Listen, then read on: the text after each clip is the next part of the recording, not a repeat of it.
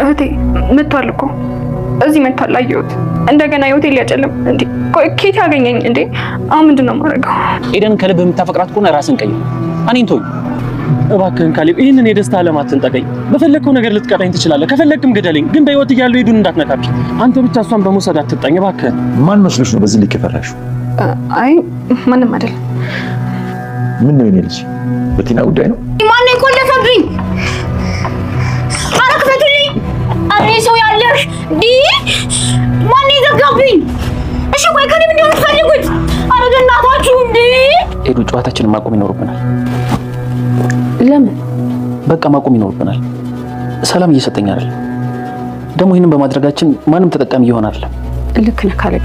እኔም ሰላም የሚያጣሁት ማታ እኔ ባልደርስ ኖሮ ያ ሰውዬ በጩቤ ወቅቶች ነበር። አንድ ዓላማ ያለን ሰዎች ነን። ቲና አብሮኝ የሚሰራውን ሰው በደንብ ማወቅ ስላለብኝ ስላንቺ በቂ መረጃ አለ። ሰሞኑን ከኤደን ጋር ስናደርገው የነበረው ነገር ሁሉ ድራማ ነው።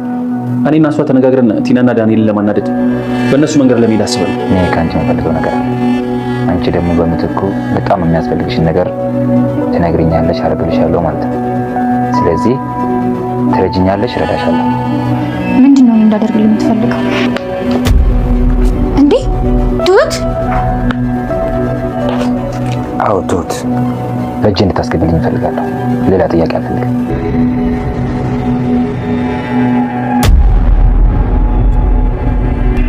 ቲና አጋቹ ሰውዬ በተደጋጋሚ 1 ሚሊዮን ብር ካላመጣሽ ሕይወትሽ አደጋ ላይ ነው፣ የመመረሽ እንዳይመስልሽ እያለ ሲያስጠነቅቃት ከቆየ በኋላ ምንም እንደሌላትና እንደማትሰጠው ከነገረችው በኋላ በጩቤ ወቅቶ ሜዳ ላይ ጥሏት ሊሄድ ሲል የሆነ ሰው የማይታወቅ አዲስ እንግዳ ሰው መጥቶ ቴና ቴና በማለት ሰውየም ደግሞ የሰው ድምፅ ሲሰማ በቃ ሰው ደረሰብኝ ብሎ ጥሏት ይሮጣል።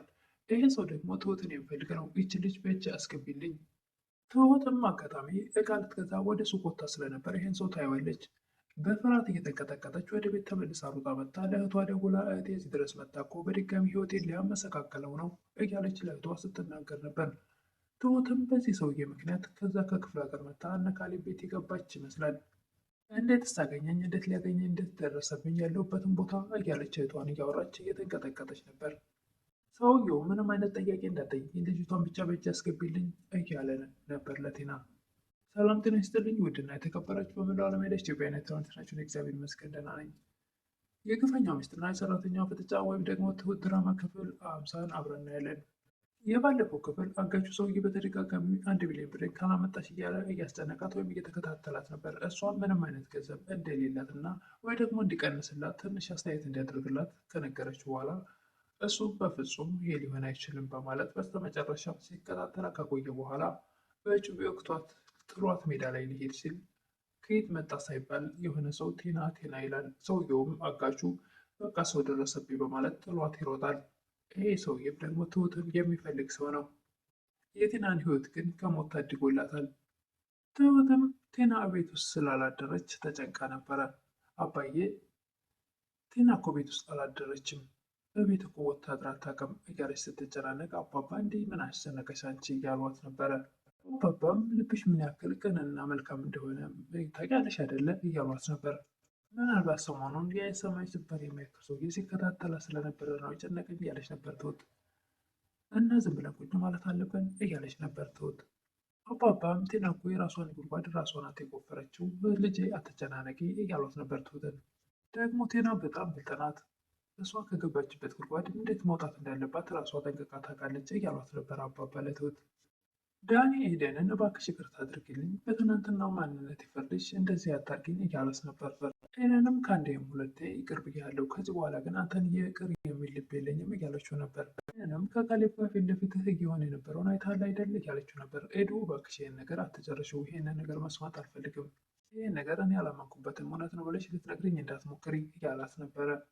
ዳኒም በተደጋጋሚ እባክሽ አንድ እድል ስጭኝ እያለ ነግስትን ሲለምናት ነበር። ይሄ እኮ አንድ እድል ሲደጋገም ይሰለቻል። እኔ በተደጋጋሚ ብዙ ጊዜ እድል ሰጥቼ ነበረ እንድትጠቀምበት፣ አሁን ግን እኔ ከካሌብ ጋር ጀምሬያለሁ እያለችው ነበር። እየጠበቀን ያለ ነው የፍቹን ወረቀት ከቴና ጋር እስኪጨርስ ነው እያለችው ነበር። ዳኒም በዚህ ሰዓት በጣም ያዝናል። ኤደንም በቃ መልካም ጊዜ ብላ ዳኒን ጥላው ከሄደች በኋላ ዳኒ አንተ ነህ እኮ ልቤን ሰባብረህ የጣልከው፣ ከዚህ በኋላ እኔ ለአንተ የሚራራ ልብ የለኝም እያለች ብቻዋን እያወራች ነበር። እየወደድኩህ እያፈቀርኩ እሄዳለሁ፣ ደግሞ ሌላ አዲስ ህይወት እገነባለሁ እያለች ነበር ኤደን። አንተን በቃ ከልቤ ውስጥ ቀብሬያለሁ።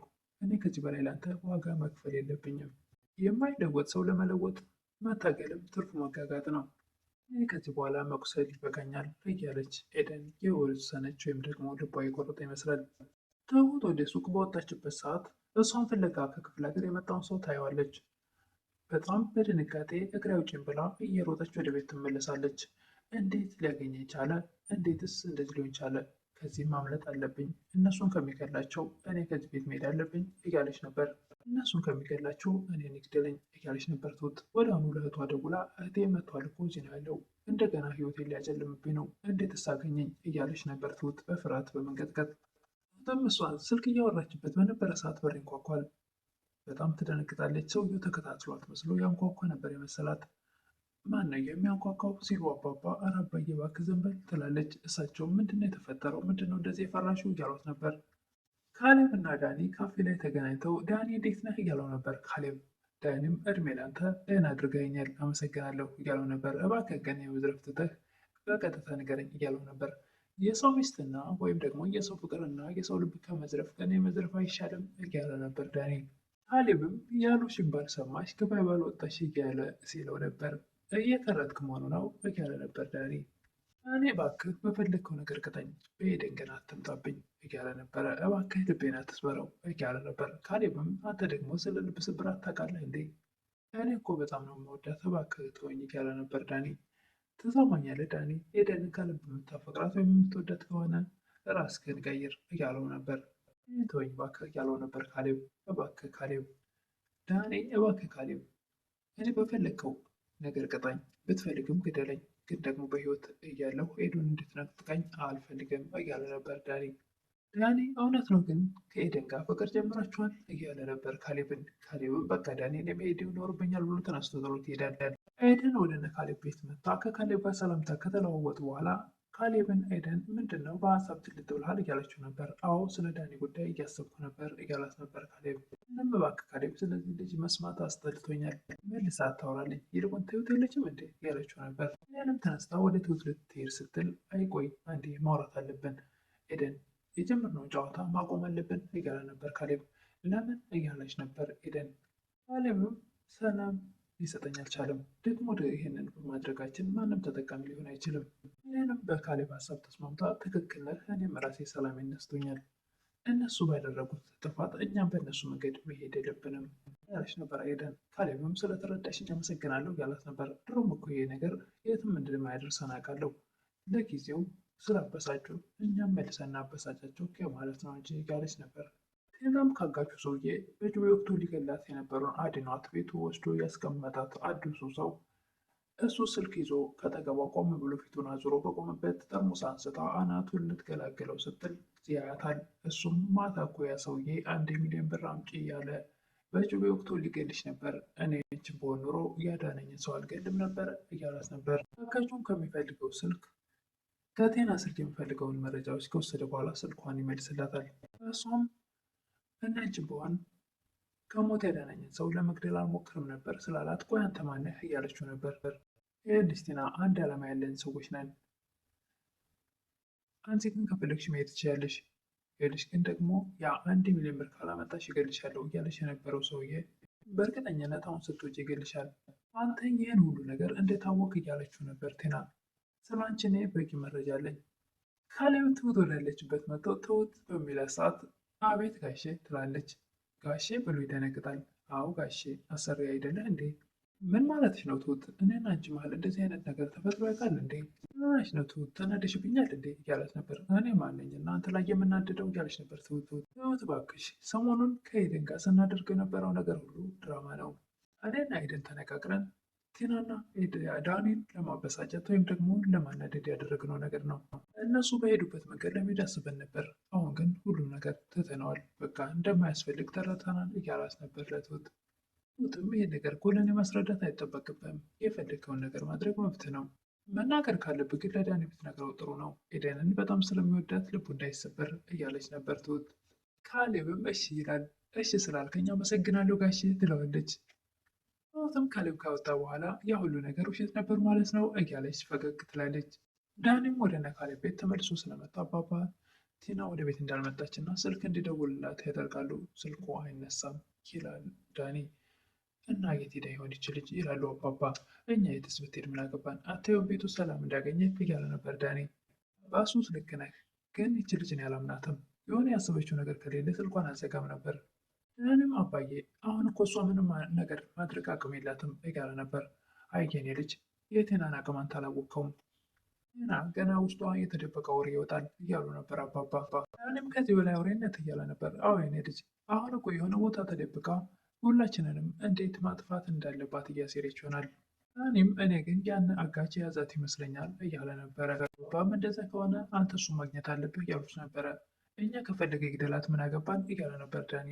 እሱ ጋር እንዳለች እና እንደሌለች ማጣራት አለብን እያሉ ነበር አባባ። እሱ ከያዛት ተዋት፣ ከሌለች ግን አሳሳቢ ነገር ይሆናል። ምክንያቱም ለሁላችንም የሆነ ነገር እየፈለገችልን መሆኑ እርግጠኛ ነው። ዳኒም ምንም ነገር ሲፈጠር ትሁት ወዳለችበት ሁልጊዜም ስለሚሄድ ፈገግ እያለች ስላገኛት ምንድን ነው ምን አዲስ ነገር አለ ተደስተሻል እያላት ነበር። ዳኒ የኤደንና የካሌብ ነገር ውሸት ነበረ። ምን ማለት ነው ውሸት ማለት እያለ ነበር ዳኒ። ውሸት ነዋ፣ ያ ሁሉ ድራማ ሲተወን የነበረው እኮ አንተና ቲናን ለማብሸቅ ብቻ ነበረ። በፈገግታ የምርሽን ነው ያላምንም እያለ ነበረ። እና ምን አስዋሸኝ እውነቴን ነው እያለችው ነበረ። በጣም በፈገግታ ምን አይነት ደስ የሚል ዜና እንደነገርሽኝ አንቺ አታውቂም እያለ እጅግ በጣም ተደስቶ ነበር። እኔ እኮ ኤዶን ያጣዋት መስሎኝ በጣም አዝኜ ነበረ። ጣትም ዳኒ አሁን ጠበቅ አድርጋ ያዛት እያለችው ነበር። አሁን ይሄ ውሸት ሆነልኝ እንጂ ካሁን በኋላማ እንዴት እንደምንከባከባት ወይም እንዴት እንደምጠነቀቅ አሳይሻለሁ እያላት ነበር። ዳኒም በጣም ተደስቶ በቃ ሰላም ልበልሽ ብዬ ነው መሄድ ያለብኝ ብሎ ትሁትን አቅፎ ሰላም ብሏት ቻው ብሏት ይሄዳል። ይህንም አጋቹ ሰውዬ ቤት ቁጭ ብላ እሱም ትንሽ አረፍ ማለት አለብኝ አንቺ እዚህ ቁጭ እያላት ስለነበረ ይህ ሰውዬ ማን ነው? ገና ለገና ደግሞ አንድ ዓላማ አለብን ስላለ እሱን ቁጭ ብዬ መጠበቅ አለብኝ ቴና ከዚያም ልጅ እያለች ስትል እሱ ይነሳል።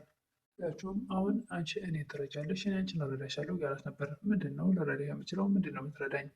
የትሁት ፎቶዋን አውጥቶ ያሳያታል። እንዲህ ትሁት ትላለች። አዎ ትሁት በእጄ እንድታስገቢልኝ የምፈልገው ምንም አይነት ጥያቄ አልፈልግም። አሁን መሄድ ትችላለሽ፣ አስቢበትና ነገ አሳውቂኝ። ያንም አጋቹን ማግኘት አለብህ ብሎ አባባ ስላዘዘው አጋቹ ጋር ይገናኛል። ቆይ ቴና የት አለች ይለዋል። ጭራሽ ደግሞ እኔን ትጠይቀኛለህ እያለ ነበር አጋቹ። ማታ ጀምሮ ቤት ውስጥ አልመጣችም፣ ስዝትባት እንደነበረ ደግሞ አውቃለሁ እያለው ነበር ዳኒ። አጋቹም አትቀልድ እባክህ፣ በሷ ቤት ተደብቃ ሞታለች ገንዘቡን ላለመስጠት። ዮናታን ጋር የለችም እያለ ነበር ዳኒ። ከኔ ጋር ብትሆን እኮ አስክሬኗ ነበር የምታገኘው እያለው ነበረ። ከመጠጥ ቤት ስትወጣ አግኝቻት ይዣት ነበረ፣ ግን ደግሞ ከየት መጣ ሳይባል አንድ ሰው አስጥሏት ይዟት ሂዷል። ዳኒ ማን ነው እሱ እያለ ነበር። እኔ የታውቃለሁ ማንነቱን። ደግሞ ምን እያሰበች ሆን እያለ ነበር ዳኒ። ገንዘብ ላለመስጠት ነው የተሰወረችው እያለ ነበር አጋቹ። ነገራት መቼም ቢሆን አታመጠኝም እያለ ነበር አጋቹ ለዳኒ። ቴናም ትሁትን እንድታገናኘ ስለነገራት ሰውየው ወይም ስላስጠነቀቃት ቴናን ትሁትን ወደ ሱቅ ትልካታለች። ትሁት ወደ ሱቅ በወጣችበት ሰዓት ያን ሰውዬ ፎቶዋን ቁሞ እያቃጠለ ነበር። በእርግጥ ትሁት ፎቶ ያቃጠል ምን ያቃጠል አታውቅም። ሰውየውን ስላየችው ተመልሳ እየሮጠች ወደ ቤት እየተመለሰች እንግዲህ የዛሬው ቪዲዮ ያለቀው እጅ ላይ ነው። ትሁትን ይዟት ወይም ደግሞ አግኝቷት ምን ሊያደርጋት ይሆን ወይስ ምን ሊፈጠር ይሆን? እሱን እንግዲህ በቀጣይ የምናይ ይሆናል። እስከዛው መልካም ቆይታ እያልኩኝ ለምታበረታቱኝ እህቶች ምስጋና ከልብ ነው። አዲስ የሆናችሁ ደግሞ ሰብስክራይብ እያደረጋችሁ ቤተሰብ ሆናለሁ። አመሰግናለሁ።